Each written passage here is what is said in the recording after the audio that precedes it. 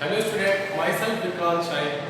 I am a science teacher from the Indian University School and today I will teach you chapter 12 friction. Chapter 12 friction. This is the chapter of class 8 friction. किस class का chapter में पढ़ रहा है 8 का पढ़ रहा है। तो इससे पहले हम लोगों ने फ्रिक्शन का पार्ट फर्स्ट पढ़ लिया है। इससे पहले वाली वीडियो आप लोग देख सकते हैं। तो पार्ट फर्स्ट में लोगों ने क्या क्या पढ़ा था सबसे पहले वो डिस्कस कर लेते हैं। तो पार्ट फर्स्ट में सबसे पहले मैंने आप लोगों को इंट्रोडक्शन दिया था कि फ्रिक्शन क्या होता है। तो friction is a type of contact force which opposes the motion and which opposes the applied force. तो मैंने फ्रिक्शन के बारे में बताया था कि फ्रिक्शन एक तरह का क्या होता है, कांटेक्ट फोर्स होता है जो आपके मोशन को और जो आप फोर्स लगाते हैं उन दोनों को क्या करता है, रोकने की कोशिश करता है। फ्रिक्शन के बारे में मैंने इंट्रो दिया था, फ्रिक्शन क्या होता है ये बताया था। इसके अलावा मैंने डिस्कस किया था कि कौन कौन से ऐसे फैक्टर्स हैं जो फ्रिक्शन को क्या कर सकते हैं, अफेक्ट कर सकते हैं। What are the factors that can affect the friction.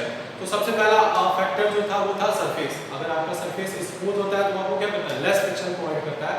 और अगर वो सरफेस क्या है, रफ सरफेस है, तो आपको क्या करता है, ज्यादा फ्रिक्शन प्रोवाइड करता है।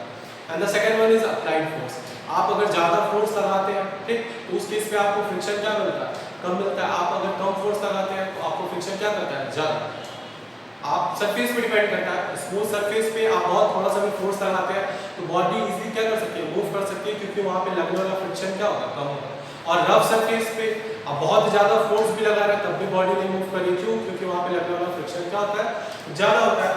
तो all the things we have discussed in the last class and today we will discuss the other topics. तो सबसे पहले हम लोग क्या डिस्कस करेंगे यहाँ पे, सबसे पहले हम लोग आज डिस्कस करेंगे इंक्रीजिंग एंड डिक्रीजिंग फ्रिक्शन।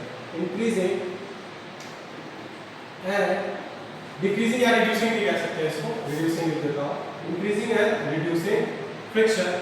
कैसे हम फ्रिक्शन को क्या कर सकते हैं, इंक्रीज कर सकते हैं, या फिर कैसे क्या कर सकते हैं, डिक्रीज कर सकते हैं। तो कहाँ जरूरत पड़ती है लोगों को फ्रिक्शन को इंक्रीज करने के लिए और कहाँ जरूरत पड़ती है फ्रिक्शन को डिक्रीज करने के लिए। इसके बाद हम लोग डिस्कस करेंगे कि कैसे व्हील्स जो होते हैं आपके मोटर बाइक्स में, व्हीकल्स में, ऑटोमोबाइल्स में जो व्हील्स लगे होते हैं, व्हील्स कैसे क्या कर सकते हैं, रिड्यूस कर सकते हैं इसको, फ्रिक्शन को। तो फ्रिक्शन को व्हील्स कैसे रिड्यूस करते हैं ये भी डिस्कस करेंगे। And the last topic we will discuss is fluid friction. Fluid friction क्या होता है, एक नया टॉपिक है, इसको भी डिस्कस करेंगे। एक एक करके हम लोग सारी चीजों को देखेंगे। तो first of all we will discuss increasing and reducing friction. कहां हम लोगों को जरूरत पड़ती है फ्रिक्शन को इंक्रीज करने के लिए और फ्रिक्शन को डिक्रीज करने के लिए। तो ये टॉपिक हम लोग क्या करेंगे, एग्जांपल से समझेंगे कि फ्रिक्शन को हम लोग को इंक्रीज करने की जरूरत कब पड़ती है, फ्रिक्शन को हम लोग को डिक्रीज करने के लिए। तो चलिए शुरू करते हैं एग्जांपल से। आप लोगों के जो सोल्स होते हैं, जो आप लोग फुटवियर जो पहनते हैं, आप लोग के जूते जो होते हैं, आप लोग के स्लीपर्स होते हैं, उसके नीचे का सोल आप लोगों ने देखा होगा, वो क्या होता है, रफ सरफेस होता है। उसका जो सरफेस होता है वो क्या होता है, कुछ इस टाइप का होता है, रफ सरफेस होता है। क्यों ये रफ सरफेस इसीलिए होता है ताकि ये जब आप किसी भी बॉडी की या किसी भी सरफेस के कांटेक्ट पे है तो वहां से लगने वाला जो फ्रिक्शनल फोर्स हो वो क्या हो, मैक्सिमम हो, ताकि आपके जूतों को, ताकि आपके फुटवियर्स को क्या मिले, ज्यादा अच्छा ग्रिप मिले, जिससे आप क्या कर सकते हैं, अच्छे से दौड़ सकते हैं, डिसबैलेंस होने से बच सकते हैं, स्लिप होने से बच सकते हैं। ठीक, तो पहला एग्जांपल था कि क्यों हम लोग को फ्रिक्शन को इंक्रीज करना है, ताकि हम लोग को क्या मिले, अच्छी ग्रिप मिले। जो हम लोग के फुटवियर्स होते हैं, जो हम लोग के शूज होते हैं, जो हम लोग के स्लीपर्स होते हैं, जो भी फुटवियर हम लोग यूज करते हैं, तो उसके नीचे जो उसका सोल होता है, ठीक, वो कैसा होता है, इरेगुलर सरफेस होता है, because they can provide more friction. तो सबसे पहली चीज हम लोगों ने देखा। तो जब ये ज्यादा अच्छे से हम लोग को ग्रिप प्रोवाइड करेंगे तो हम लोग इजीली क्या कर सकते हैं, मूव कर सकते हैं, इजीली चल सकते हैं, दौड़ सकते हैं, भाग सकते हैं, हम लोग स्लिप होने से बच सकते हैं। सेकंड, पहला एग्जांपल हो गया। दूसरा एग्जांपल हम लोग देखते हैं। तो दूसरा एग्जांपल किसका, जो भी व्हील्स जो होते हैं, आप लोगों ने देखा होगा आपके बाइक्स पे जो व्हील्स लगे होते हैं, आपके साइकिल में जो व्हील्स लगे होते हैं, या फिर जो ऑटोमोबाइल्स पे जो व्हील्स लगे होते हैं, ठीक, आप उन व्हील्स के टायर्स को देखिएगा, कभी भी उन टायर्स को देखिएगा वो प्लेन नहीं होते हैं। उसकी जो सरफेस होती है बहुत इरेगुलर सरफेस होता है, अप एंड डाउन क्या होता है, उसमें बहुत सारे शेप्स बने होते हैं, बहुत सारे डिजाइन बने होते हैं। वो इसीलिए होता है ताकि जितना रफ सरफेस होगा वो उतना ज्यादा आपको क्या प्रोवाइड करेगा, फ्रिक्शन प्रोवाइड करेगा, ताकि सड़क पे आपकी गाड़ी चल रही है वो डिसबैलेंस ना हो, स्मूथली क्या कर सके, आप ड्राइव कर सके। और जब ब्रेक अप्लाई करें तो जो ब्रेक कब काम करेगा, जब आपके टायर्स क्या करेंगे, उस सड़क पे क्या फ्रिक्शन, जब वो फ्रिक्शन को अपोज करेंगे, जब फ्रिक्शन को मिलेगा तभी तो आपके बाइक्स या टायर्स जो भी व्हीकल्स होते हैं उसके वर्क करेंगे। ठीक, ये सारी चीजें हम लोगों ने। इसके बाद से हम लोग देखेंगे कि फ्रिक्शन को हम लोग और कहाँ यूज करते हैं, तो जो हम लोग के बाइक्स पे, ठीक है, ये जो ऑटोमोबाइल्स में जो ब्रेक्स होते हैं, इवन आपकी साइकिल्स में जो ब्रेक्स लगे होते हैं, ठीक, वहाँ पे भी फ्रिक्शन को बढ़ाने के लिए उनके सरफेस को क्या किया जाता है, इरेगुलर कर दिया जाता है, ठीक। जो भी ब्रेक्स होते हैं, जो पैड्स होते हैं, उनको क्या किया जाता है, इरेगुलर किया जाता है, ताकि ज्यादा से ज्यादा वो आपको क्या प्रोवाइड कर सके, आपको फ्रिक्शन प्रोवाइड कर सके। इसके अलावा और कहाँ पे फ्रिक्शन को बढ़ाने की जरूरत पड़ती है, तो आप लोगों ने जो प्लेयर्स को देखा होगा, जो भी कबड्डी प्लेयर्स होते हैं, या फिर आपके क्या होते हैं, जो भी जिम्नास्ट होते हैं, जो भी आपके क्या होते हैं, जिम्नास्ट होते हैं, या फिर वेट लिफ्टर भी होते हैं, बहुत सारे ऐसे प्लेयर्स हैं। तो जो कबड्डी खेलने वाले प्लेयर्स होते हैं, वो क्या करते हैं, कबड्डी खेलने से पहले अपने हाथों को क्या करते हैं, मिट्टी में थोड़ा सा क्या करते हैं, रगड़ लेते हैं, या फिर मिट्टी थोड़ी सी मिट्टी लेके अपने हाथों पे लगा लेते हैं। तो वो ऐसा क्यों करते हैं? इसके अलावा जिम्नास्ट को आप लोगों ने देखा होगा, एक व्हाइट कलर का कोर्स सब्सटेंस होता है, course substance in the sense बहुत रफ सरफेस होता है, जैसे कि आपका साइड होता है, उसको लेके वो अपने हाथों में क्या कर लेते हैं, अच्छे से रब कर लेते हैं। इसके अलावा जो वेट लिफ्टर्स भी होते हैं, before they are going to lift the weight, they just put their hands into the course. वो क्या करते हैं, उस जो सब्सटेंस होता है, कोर्स सब्सटेंस होता है, उसको अपने हाथों को डाल देते हैं, अपने हाथों को रब कर लेते हैं। क्यों? क्योंकि ये जो सब्सटेंस होता है, जो कोर सब्सटेंस होता है, बहुत इरेगुलर होता है, तो जब वो आपके हाथ के कांटेक्ट में आता है, तो आपके हाथों को क्या बना देता है, बहुत इरेगुलर सरफेस बना देता है। वैसे ये सरफेस क्या है, स्मूथ है थोड़ा सा। तो जब वेट लिफ्टर वेट लिफ्टिंग करता है, या फिर जिम्नास्ट क्या करता है, अपना जिम्नास्ट एक्टिविटी करता है, या फिर जो कबड्डी प्लेयर्स होते हैं, कबड्डी खेलते हैं, तो क्या होता है, उनके हाथ में थोड़ा सा मॉइस्ट आ जाता है। हाथ में क्या होता है, थोड़ा सा मॉइस्चर आ जाता है। कैसे? गर्मी से आ जाता है, गर्मी की वजह से हाथों में क्या होता है, थोड़ा सा मॉइस्चर आता है, तो वो वहाँ पे क्या कर सकता है, फ्रिक्शन को रिड्यूस कर सकता है। वेट लिफ्टर अपना वेट लिफ्ट कर रहा हो सकता है, उसके हाथ से वेट छूट जाए, या जिम्नास्ट क्या अगर अपनी एक्टिविटी कर रहा हो सकता है, उसके हाथ या पैर को स्लिप कर जाए, या कबड्डी प्लेयर किसी को पकड़ने की कोशिश कर रहा है, उस मॉइस्चर की वजह से क्या हो जाए, हाथ उसका स्लिप कर जाए। तो इन सारी चीज़ों से बचने के लिए हम लोग किसका यूज़ करते हैं, मिट्टी का यूज़ कर लेते हैं, सॉइल का यूज़ कर लेते हैं, या फिर जो कोर्स सब्सटेंस होता है, जो व्हाइट कलर का पाउडरी सब्सटेंस होता है, उसका यूज़ कर लेते हैं, जिससे क्या होता है, फ्रिक्शन बढ़ जाता है। तो इंक्रीजिंग फ्रिक्शन मैंने आपको समझाया अभी कि डे टू डे लाइफ में हम लोगों को क्या जरूरत है, फ्रिक्शन की। इसके पहले हम लोगों ने पढ़ा था friction is a necessary element. मैंने आपको बताया था, बहुत सारे एग्जांपल दिया था, आप लास्ट वाली वीडियो देखिएगा, उसमें मैंने बहुत सारे एग्जांपल दिए थे, जिसमें मैंने ये समझाने की कोशिश की थी कि फ्रिक्शन जरूरी क्यों है। तो उसी तरीके से फ्रिक्शन जरूरी है, तो कई बार इसकी जरूरत क्या होती है, लोगों को बढ़ती है, जरूरत पड़ती है कि इसको क्या करें, लोग ज़्यादा से ज़्यादा बढ़ा सके जहाँ पर लोगों को फ्रिक्शन की जरूरत है। ये मैंने कुछ एग्जांपल्स आपको लिए, जिसपे क्या करना है, हम लोगों को फ्रिक्शन को बढ़ाना। अब कुछ एग्जांपल्स की बात करते हैं, जिसमें हम लोग को फ्रिक्शंस को क्या करना है, कम करना है। लेट्स सी उसमें क्या क्या है। तो अभी हम लोग डिस्कस करेंगे रिड्यूसिंग फ्रिक्शन। फ्रिक्शन को रिड्यूस करेंगे, क्या करता है, रिड्यूसिंग फ्रिक्शन, रिड्यूसिंग फ्रिक्शन। तो फ्रिक्शन को रिड्यूस करने की क्या जरूरत पड़ेगी, तो फ्रिक्शन को रिड्यूस करने की जरूरत क्यों पड़ गई, देखते हैं एग्जांपल देकर मैं आपको समझाने की कोशिश करता हूँ।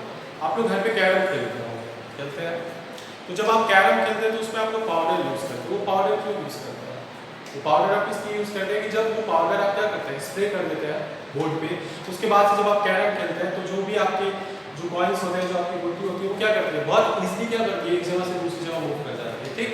तो वो क्यों, क्योंकि पाउडरी सब्सटेंस क्या करता है, सरफेस के बीच में और जो आपकी कॉइन्स होते हैं उसके बीच में क्या करता है, ये जो इरेगुलर सरफेस होता है उसके बीच में एक लेयर फॉर्म कर देता है। तो क्या करता है, स्मूथ लेयर फॉर्म कर देता है, जिसकी वजह से लगने वाला ये जो लगने वाला फ्रिक्शन था, आपने फोर्स इधर से लगाया और जो फ्रिक्शन अपोजिट डायरेक्शन में लगा था, वो क्या होता है, कैंसिल आउट हो जाता है, वो क्या होता है, खत्म हो जाता है, जिसकी वजह से क्या होता है, कम फ्रिक्शन लगता है, आपकी जो कॉइन्स होते हैं, जो आपकी गुट्टी होती है, उसकी क्या कर सकती है, मूव कर सकती है, ठीक। इसके अलावा हम लोग क्या करते हैं, हम लोग अपने जो डोर्स होते हैं, आप लोगों ने अपने घरों में देखा होगा, जो शटर वगैरह यूज़ करते हैं, जो शटर वगैरह दुकान के बाहर लगा होता है, ये जो विंडोज़ होती हैं या फिर जो आपके डोर्स होते हैं, उसके जो हिंजेस होते हैं, जो मेटल वाला पार्ट होता है, जिससे आप उस डोर को या आप उस शटर को क्या करते हैं, जाम किए होते हैं दीवार में। कई बार क्या होता है, वो बहुत टाइट हो जाता है, बहुत हार्ड हो जाता है, खोलने में आपको उस दरवाजे को क्या होती है, प्रॉब्लम होती है।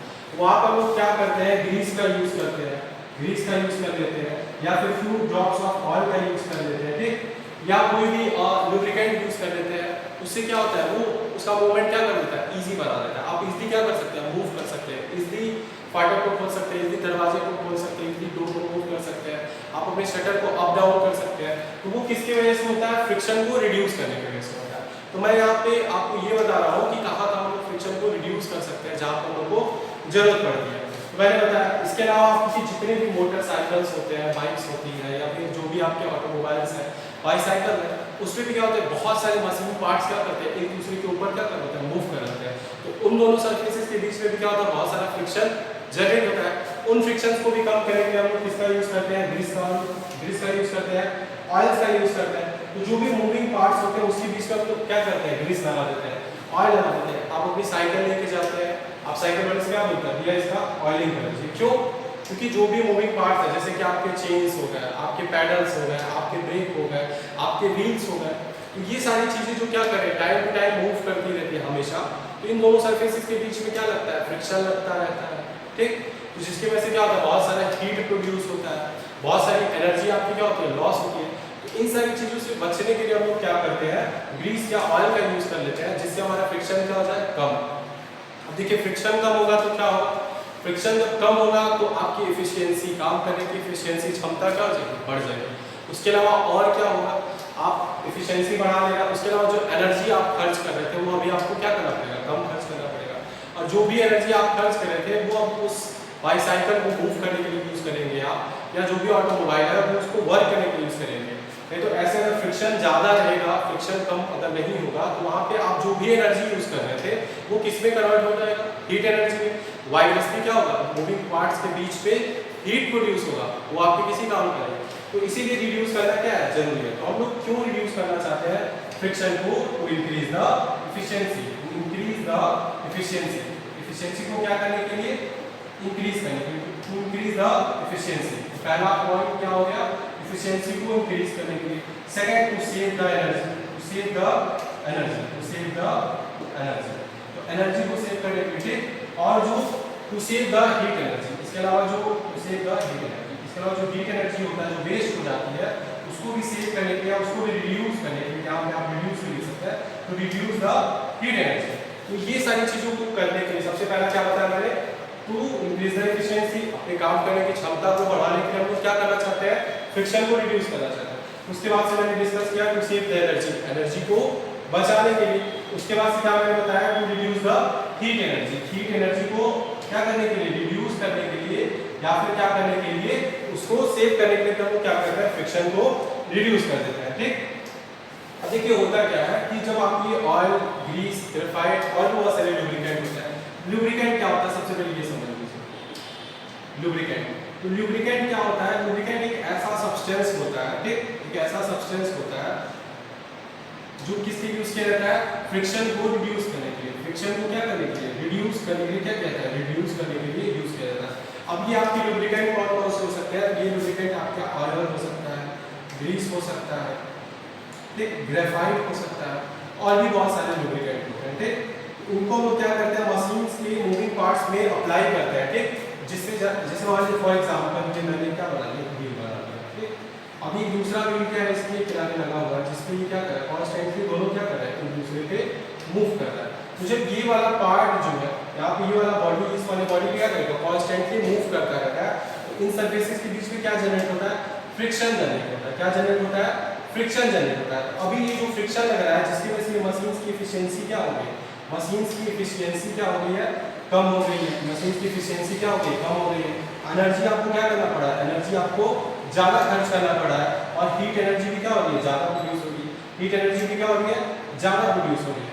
तो इन सारी चीज़ों देखिए, एफिशिएंसी को बढ़ाने के लिए, एनर्जी को क्या करने के लिए, कम करने के लिए, और हीट एनर्जी को रिड्यूस करने के लिए हम लोग किसका यूज़ करेंगे, हम लोग लुब्रिकेंट का यूज़ करेंगे। जब इन दो सरफेसेस के बीच में हम लोग क्या करते हैं, लुब्रिकेंट का यूज़ करते हैं, तो ये थिन लेयर फॉर्म कर लेता है। किसके किसके बीच में, जो मशीन्स के दो पार्ट्स थे, दोनों सरफेस के बीच में क्या करेगा, थिन लेयर फॉर्म कर लेगा। जो लेयर कैसा होगा, स्मूथ होगा, जिसके वजह से इन दोनों मशीन्स के बीच में लगने वाला फ्रिक्शन जो होगा वो अपने आप क्या हो जाएगा, automatically the friction between these two parts में reduce, and it will increase the efficiency, it will reduce the energy, and it will also reduce the heat energy. तो ये सारी चीजें क्या हो जाएगी, efficiency बढ़ जाएगी, energy कम लगेगी, और heat energy भी क्या हो जाएगी, कम हो जाएगी, ठीक। देखिए अब इसके बाद से हम लोग डिस्कस करेंगे कि जो फ्रिक्शन होता है, आप लुब्रिकेंट का यूज किस लिए करते हैं, फ्रिक्शन को रिड्यूस करने के लिए। और फ्रिक्शन कहीं कहीं क्या होता है, जरूरत भी होती है, फ्रिक्शन को क्या करते हैं, वो बढ़ाते भी हैं।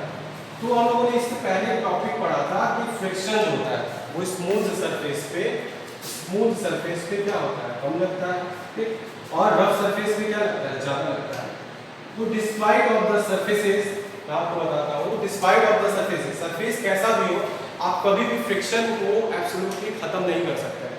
फ्रिक्शन यहाँ पे लेस हो सकता है, फ्रिक्शन यहाँ पे मोर हो सकता है, बट कभी भी फ्रिक्शन जीरो नहीं हो सकता है, कभी भी फ्रिक्शन जीरो। रफ सरफेसेस के इसमें तो कभी नहीं होगा, इवन स्मूथ सरफेसेस के भी केसेस में आप फ्रिक्शन को जीरो नहीं कर सकते हैं।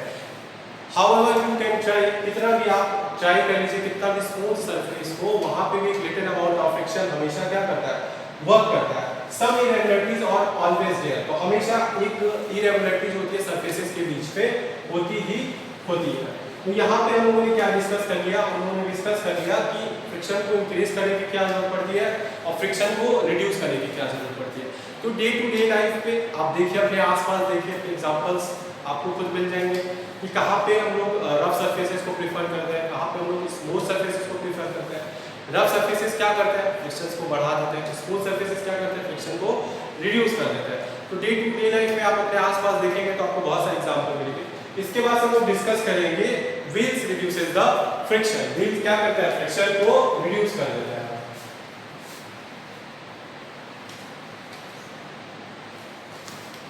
तो फ्रिक्शन को व्हील्स कैसे रिड्यूस करते हैं ये डिस्कस करते हैं। Wheels reduces the friction, wheels reduces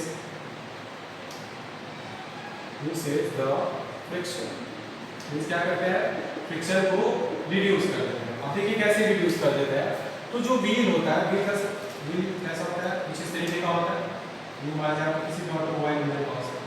अब ये आपकी क्या होती है, सड़क होती है, ठीक। व्हील हमेशा क्या करता है, इस तरीके से मूव करने की कोशिश करेगा। व्हील क्या करेगा, इस तरीके से मूव करेगा और धीरे धीरे आप मोशन क्या करते हैं, इस डायरेक्शन में करते हैं। आप मोशन क्या कर रहे हैं, आगे की तरफ बढ़ने की कोशिश कर रहे हैं। सड़क क्या करेगा, इस व्हील को रोकने की कोशिश करेगा। सड़क क्या लगाएगा, फ्रिक्शन लगाएगा। व्हील क्या करता है, एक फोर्स के साथ क्या करता रहता है, फोर्स के साथ घूमता रहता है। तो देखिए फ्रिक्शन कैसे कम होता है, देखिए ध्यान से देखिए, यहाँ पे व्हील का सिर्फ इतना सा पार्ट जो है, ठीक है, व्हील का सिर्फ इतना सा पार्ट जो है वो क्या है, इस रोड के, सड़क के क्या है, कांटेक्ट में, इस सड़क के कांटेक्ट में। यानी जो फ्रिक्शन लगेगा वो सिर्फ क्या लगेगा, इसी पार्ट में लगेगा। क्या लगेगा, सिर्फ इसी पार्ट में, ना कि पूरे व्हील पे, ठीक। तो इसीलिए क्या होता है, सड़क पे जो व्हील चलती है, ठीक है, या जो आपके ट्रॉली बैग्स होते हैं, जो आपके लगेज बैग्स होते हैं, उसमें जो व्हील्स लगी होती है वो इसीलिए फ्रिक्शन को क्या कर देती है, कम कर देती है। इतने बड़े बड़े हैवी ट्रक्स होते हैं या आपके जो ट्रॉली बैग्स होते हैं या जो आपके लगेज बैग्स होते हैं, इतने भारी होते हैं, फिर भी दो व्हील्स पे क्या करते हैं, इजीली आप उनको क्या कर सकते हैं, मूव कर सकते हैं। क्यों, क्योंकि इनका डायरेक्ट कांटेक्ट जो सरफेस से हो रहा है, ठीक। तो जो सरफेस व्हील का वो बहुत कम पार्ट जो व्हील का वो डायरेक्ट कांटेक्ट में आ रहा है, किसके, इस सरफेस के, इस रोड के सरफेस पे या जिस भी सरफेस पे आप अपने बॉडी को मूव कर रहा है, तो जिस पे लगने वाला फ्रिक्शन भी क्या होगा, सिर्फ उतने ही पार्ट पे लगेगा। तो इसीलिए आपके द्वारा लगाया जाने वाला फोर्स जो होता है उस फ्रिक्शनल फोर्स से कहीं ज्यादा होता है, जिससे बॉडी क्या कर सकती है, इजीली मूव कर सकती है। अभी देखिए इसका हम लोग दो टॉपिक पढ़ेंगे, एक होता है रोलिंग फ्रिक्शन, एक होता है क्या, रोलिंग फ्रिक्शन। जब एक बॉडी क्या करती है दूसरे बॉडी पे रोल करती है। और दूसरा हम लोग क्या पढ़ेंगे, स्लाइडिंग फ्रिक्शन। दूसरा हम लोग क्या पढ़ेंगे, sliding friction. The second topic will be sliding friction. तो रोलिंग फ्रिक्शन क्या होता है, सिंपल लैंग्वेज में समझ लीजिए, जब एक बॉडी क्या करती है, किसी दूसरी बॉडी पे रोल करती है, मींस क्या करती है, घूमती है।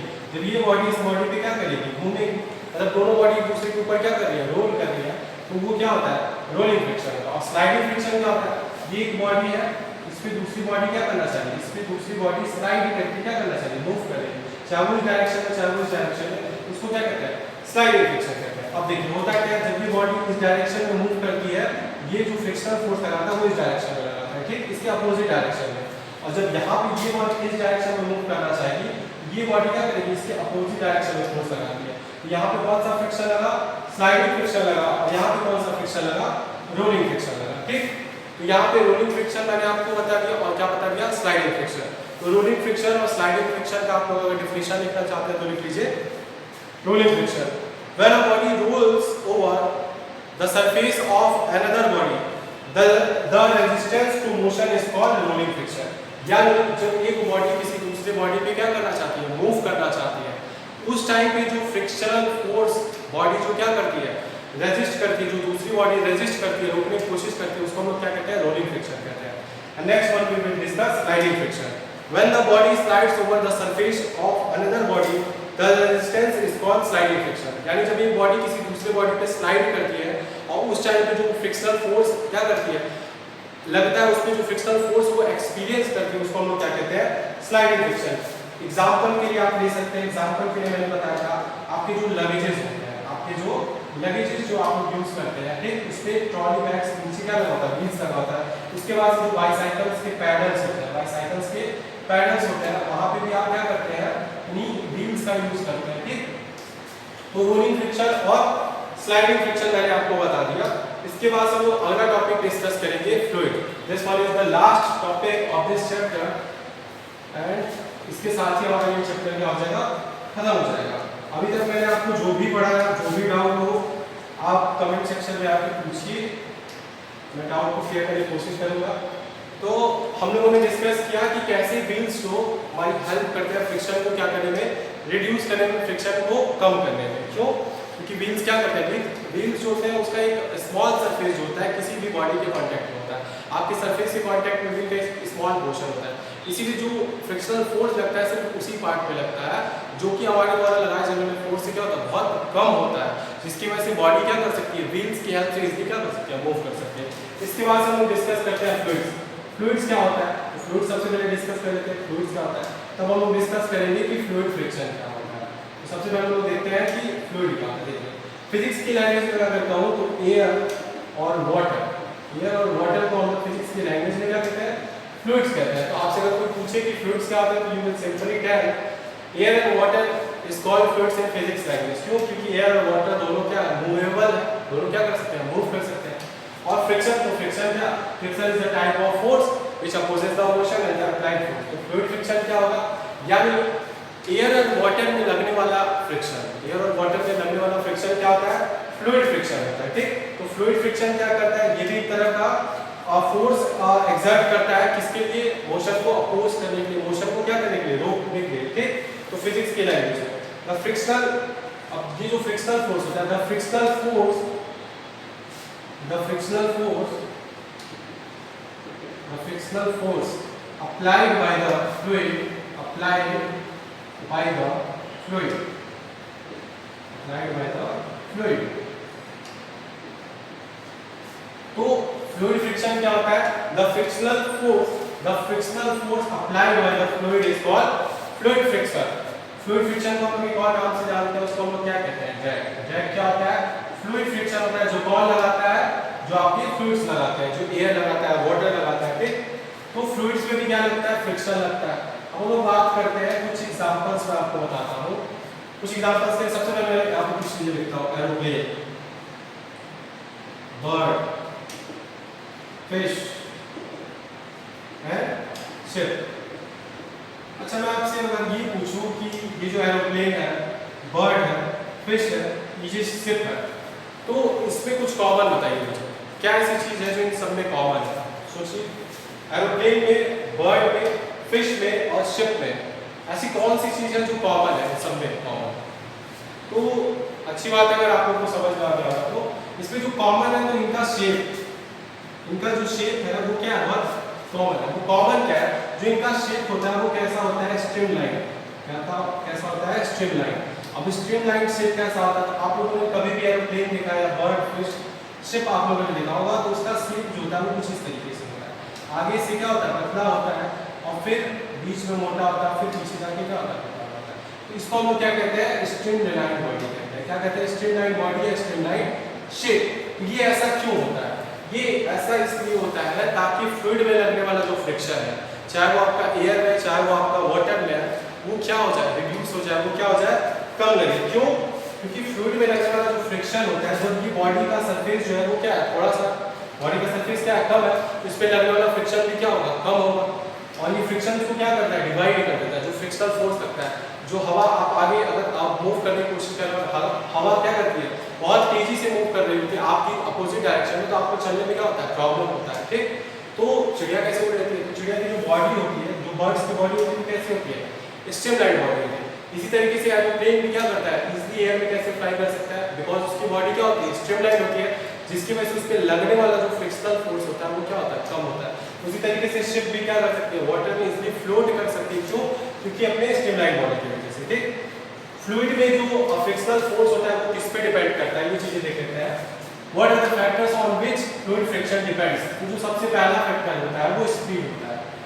क्या होता है, स्पीड। किस स्पीड से आपकी बॉडी जो है वो एयर या वाटर में मूव कर रही है, ये डिसाइड करता है उस पे लगने वाला फ्रिक्शन कितना होगा।